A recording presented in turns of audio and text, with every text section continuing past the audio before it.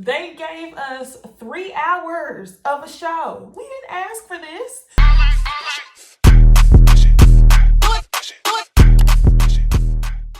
Hey y'all, it's Necey Dixon. Welcome back to my YouTube channel. If you are new here, welcome. Y'all, today I'm doing a pre-recorded video for Married at First Sight. I got a lot to do today. Speaking of, be sure to catch me at 8 p.m. Central Standard Time on my channel for the Ooh Ladies First panel, where we will be reviewing all of your favorite reality TV shows. Y'all know we like to do our little girl chat, so go ahead and set your notification bell so you can go ahead and join us. Another thing, make sure to hit the like and subscribe button before we get into the video. But for today, y'all, we are reviewing Married at First Sight, season 13. I believe this is Houston, Texas, y'all. So let's go ahead and get into the video. I told y'all I was gonna watch for 3 hours, so y'all didn't have to. Literally, the way that we're gonna talk about this review is I'm gonna go couple by couple, and then we're gonna get into the one wedding that we saw and we waited 3 hours for. So first, let's go ahead and start off with Merla and Gil. At first, I was like, ooh, they doing that first interracial couple, which I think this may be the first interracial couple that I have seen, but culturally, they're the same, I think. Gil is Colombian, and Merla seems like she is from some Hispanic descent. So it's like Lifetime was trying to be like, ooh, we're giving y'all interracial, but ooh, they're the same, but not. And that's kind of what they did with Brianna and Vincent last season. Either way go, I ain't mad at it. What I did notice was that we didn't get the two black couples. I'm like so used to seeing two black couples. And even last season, I considered Brianna and Vincent and Chris and Paige to be the black couples. But they definitely did their thing with the diversity this season. So let's go ahead. Merla and Gil. Gil is 35 years old. He's a firefighter, Colombian, like I said. And he says that the reason why he's single is because he just hasn't found the right woman. And then he goes into saying that he's really scared about this process because he doesn't feel comfortable opening himself up to a stranger. Reason being is because his father was killed in a home invasion when he was 14 years old, which I think is super sad. But ultimately, what I got from Gil is he seems to be, a fun type of person. He seems to just be go with the flow.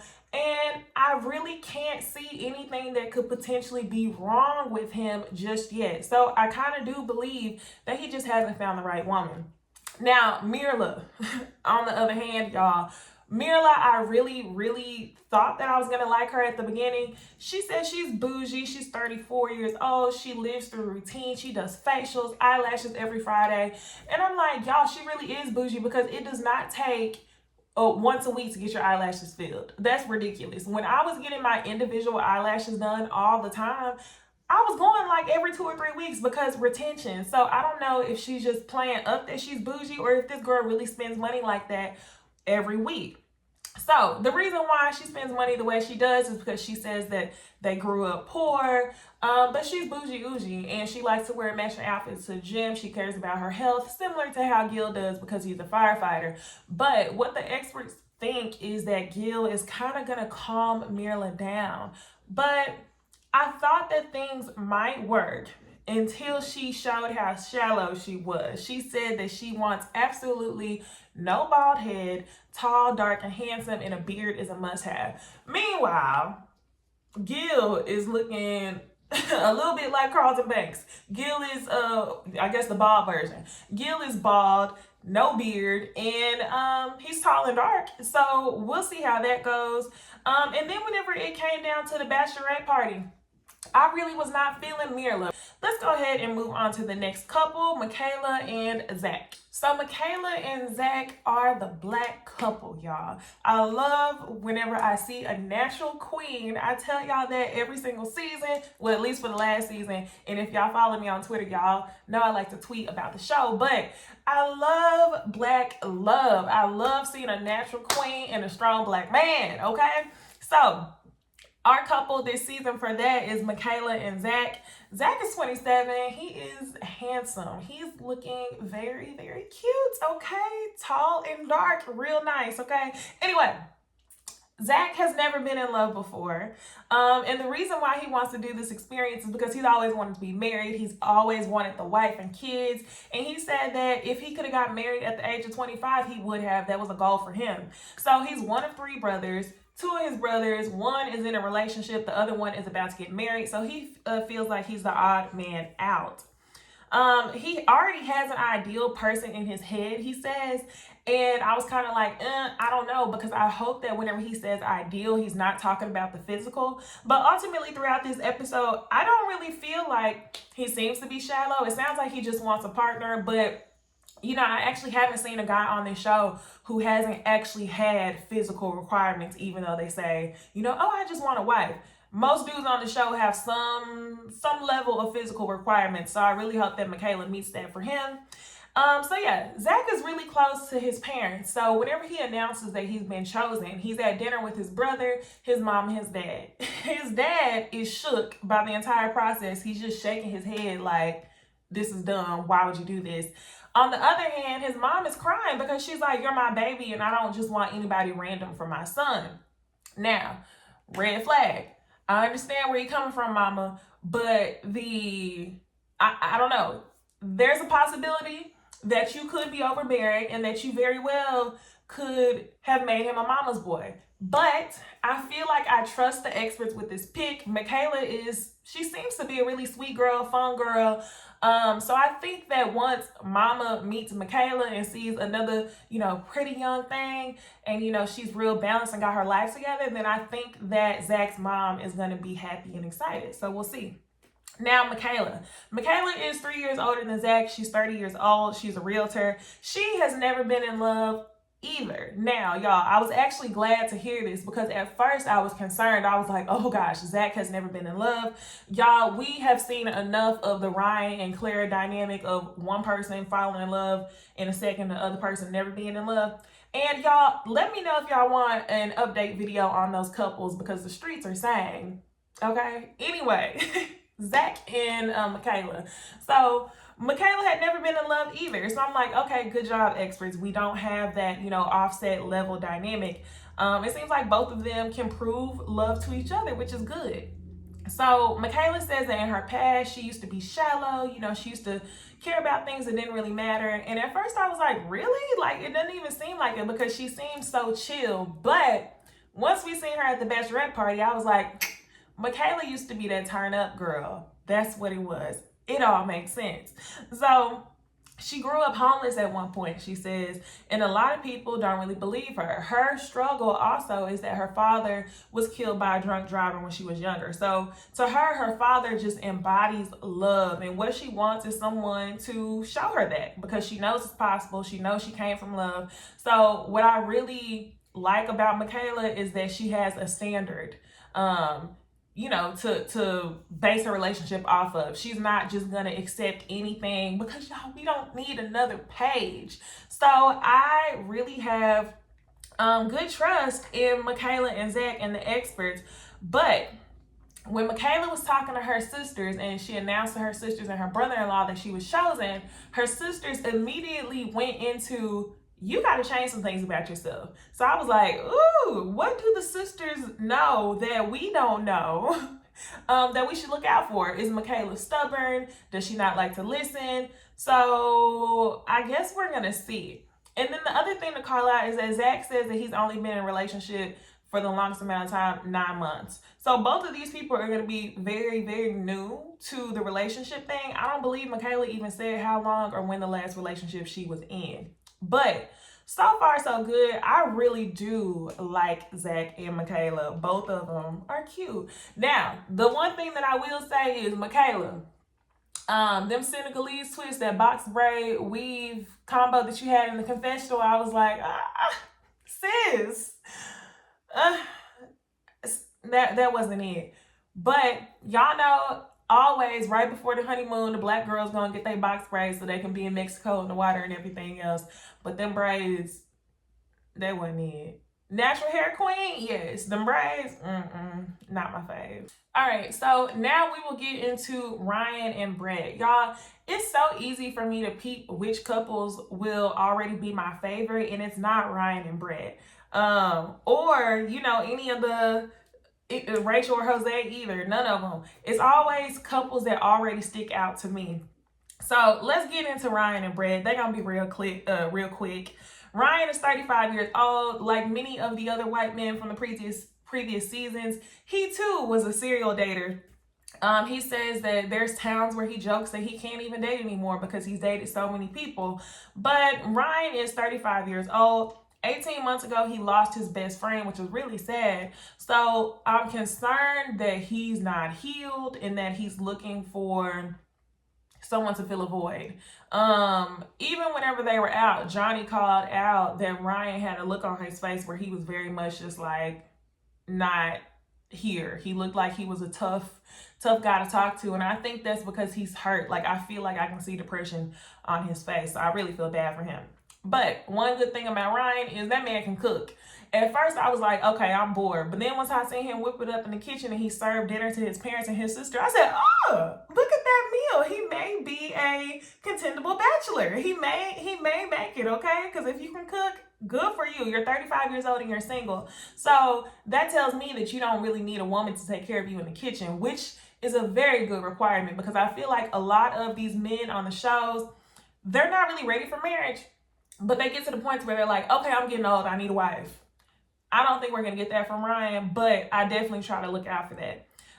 One of the other things they say about Ryan is that he can fall in love fast.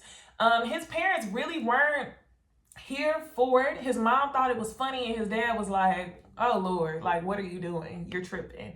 So his sister, they have made jokes that, you know, women from his past are flavors of the week. And she hopes that through this process, they can find the flavor of his life. So we shall see. Brett, 33 years old, cute little redhead. I do like her. They call her hopelessly devoted. So she falls pretty fast. But the thing is, you can tell that she's been hurt by, you know, previous relationships, because she hasn't even kissed a man or done anything within the past 2 years. 2 years. So I want to know who hurt you. And then I also want to know, what does it take to get you to open up? And I hope that Ryan is up for the challenge. She seemed like a fun girl from the color of her hair and everything, but I really don't know what to expect from Brett. Y'all tell me what y'all think about Brett in the comments. So let's go ahead and get on to the next couple, Rachel and Jose. I think that this is a odd pairing. Super odd. I don't see it. So Rachel's 33 years old. She's always been the single friend. Recently, she lost 35 pounds over the pandemic. So she's feeling very confident in herself, more confident than she was before. And she doesn't really need a man to validate that. But her fear is that once she gets into this process, if a man isn't attracted to her, if she goes through, you know, struggles with thinking she's not good enough for a man, she doesn't want her husband to deteriorate her self-confidence, which I'm like, damn, that's deep. Because whenever she told her family was concerned, and they said that she has an issue of just molding herself to whatever man that she's with. So I really hope she learns to be independent through this process and shows her true self, because Jose is a lot. Now, Jose is 35 years old, and I ain't gonna lie. Y'all, when I first seen that man sitting there talking to his family, I was like, this man don't want no woman? Like, literally, that's what I was thinking. He just looks so clean cut. The brows, the beard, even down to the way he was talking, his friend in the leather jacket. I was like, this man is single because he likes men. But once I seen him with the other men, I was like, okay, you know, he's giving very much masculine. Like, maybe he does like women. I don't know. So anyway, y'all, Jose is 35. He accomplished a lot. When I say a lot, I mean a lot. Bachelor's degree, master's degree, 2 houses, car, this, that. He's done a lot on his own. And he's, my note said that he's looking for someone to split bills with. That's literally what I got from it. Because he said that because he's got a lot on his own, he's hoping that he doesn't meet a woman that just comes and wants everything given to her. Now, I literally hate men who work for something, get stuff, and then as soon as they get into a relationship, you think that that's all women want from you. So in order to protect yourself, a woman has to prove that she's of use to you. And literally, I hate that shit, because men should provide. And I don't take that out of context. I don't mean that women can't contribute to the household. But as a man, if you can do it, and you're capable of doing it, why not? Why are you trying to make a woman work for it whenever women provide in other ways? That's another topic for another day. So anyway, whenever they told his family, or he told his family, his dad said, I thought it never was going to happen. And when he said that, I was like, oh my gosh, so does he think that Jose, I don't know. Y'all tell me in the comments. Like, Jose, he definitely looked like a guy's guy, a man's man at the bachelor party. But when he was sitting there with his family, I was like, I don't know. I will get into the final couple, which is Bao and not Bo. Let me get her name right. Bao and Johnny. Bao and Johnny. This is the first Asian couple that I have seen. I haven't seen all the seasons. So yeah, shout out to the Asian love. Johnny is 35 years old. He says that he hasn't found a woman because he's too picky and he's borderline OCD. And when they showed his closet, he had like 15 blue tops in the closet. And literally, I was a little bit nervous for Bao. He's been single for the past 7 years, which is a long time. He's guarded, and so much so that because he's so guarded, he didn't come from a family of affection. He prefers for his partner to be extremely clingy. He said multiple times that he wants a woman to be more into him than he is into them. And I guess that's a form of protection. So he explains that his mom and dad were actually divorced and that he knows that his dad is not going to support this process. He ends up calling his dad on the phone and telling his dad that he was chosen. His dad said he didn't even want to film. He kept using the word dangerous because he thinks this is a game. And part of me is like, I don't know, Dad, because you were divorced from his mom, left her as a single mom, and then you never got married again. So, Johnny, I think we should take his advice with a grain of salt. Now let's move on to Bao. Bao is 35 years old as well. She's super nerdy. She makes Excel sheets for everything. She also came from an immigrant childhood where they actually grew up poor. She couldn't speak English whenever she first came to the U.S. Now, the things that her brothers told her when she revealed the news to them was that their advice for her husband was for him to be flexible. And that's what I think is hilarious because Johnny claims that he wants someone that's extremely clingy and emotional. Bao does not show that at all. Bao wants someone who's nerdy just like her. Johnny is the cool dude. He's fun, life of the party, class clown, which is exactly what she said she didn't want. And it doesn't seem like Johnny's going to be very flexible since he is borderline OCD, like he said. So Johnny and Bao, literally, I didn't know if they would make it until we actually got to the altar. All right, so it is the day of the wedding, and Bao is getting her makeup done. She's talking to her mom, and her mom is saying, you know, this whole time I was trying to figure out why would my daughter do this process. She's beautiful. She's smart. Why would she do this? And then she realized, well, that's because she simply couldn't choose, and she wanted somebody to choose for her. And I think that all the time about the people on the show. I literally wish that, y'all, I keep trying to tell my sister to go on Married at First Sight. I love this show so much.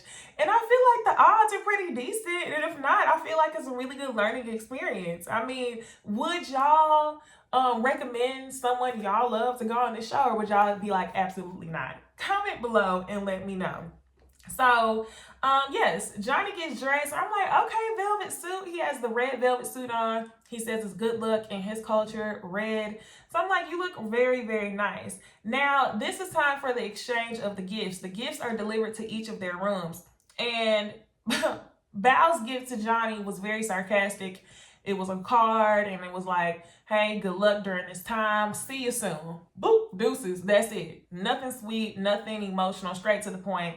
Which I think Johnny immediately got nervous, like, oh my gosh, like, wow, she's not clingy. Because that was not clingy at all. She was kind of just like, see ya, we'll see how it goes, good luck. Now, Johnny's gift to Bao. This is when Bao really, really started to irritate the F out of me. She opens up the gift, it's a sports jersey, and she's like, oh no, he likes sports. Oh no, literally as if this meant that he was, you know, a terrorist or something. Like, what is the big deal about him liking sports? Bao, you are tripping. So she was like, I would have much rather him giving me a book.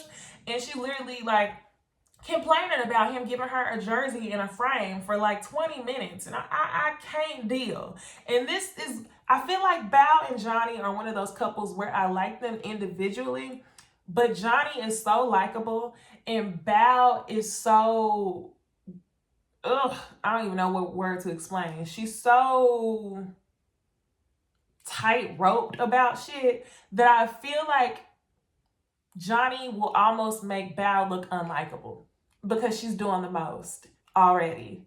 So anyway, it goes, now it's time for the ceremony.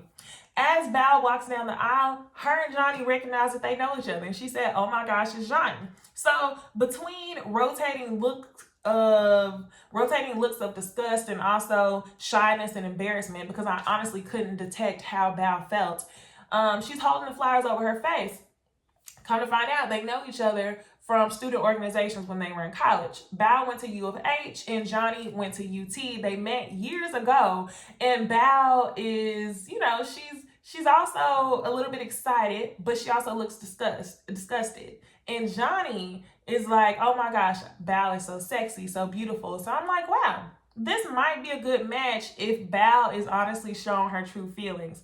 So Johnny reads his vows. It was very sweet and supportive. Basically, I'm going to be here for you throughout this whole thing. He's in it 110%. And Bao, her vows were beautiful as well. I was shocked because for her to seem so detached from emotion and so logical, which she is logical because her vows were a poem. It was literally a formula of words. She did a really good job. It was a beautiful poem. And then at the end, the lady said, you may kiss your bride. And Bao looked like, and Johnny said, may I? And then they kissed. So I was really happy to see that. Then it's time for pictures and time for champagne.